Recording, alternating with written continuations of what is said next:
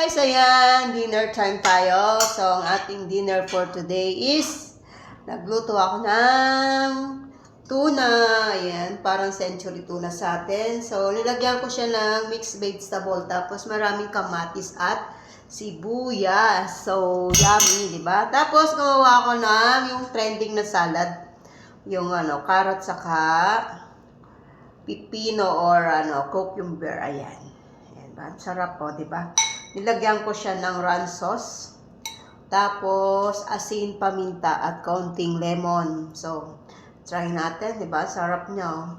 Diba? Yung ating salad, di ba?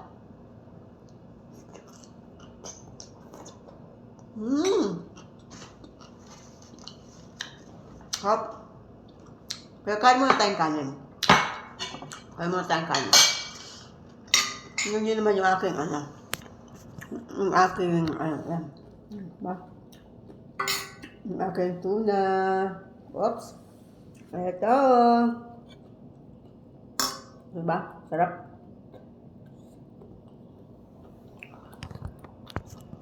Kain tayo, diba? Kahit konti lang nito, malasa na to.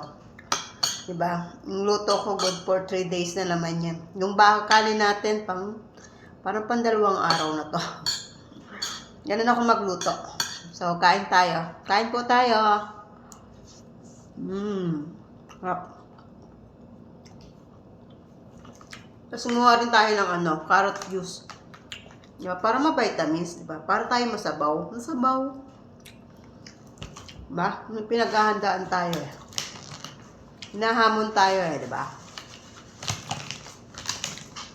Kain tayo. Kain. Mahalang.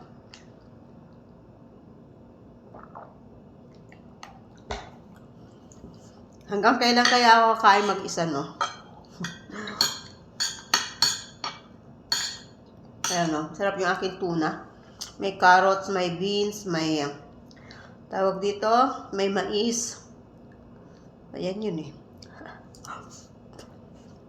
May green peas.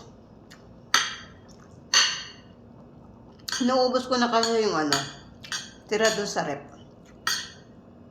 Na mga pagkain kasi pagdating ng mga amo ko galing bakasyon, 2 days, ako naman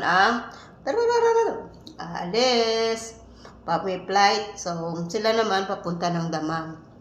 So, kailangan ubusin yung laman ng rep kasi almost 1 buwan walang tao dito sa bahay. So, yun, kaya inuubos ko na. Nililinis ko na. Diba? Kain po tayo, kain. Tuna with rice.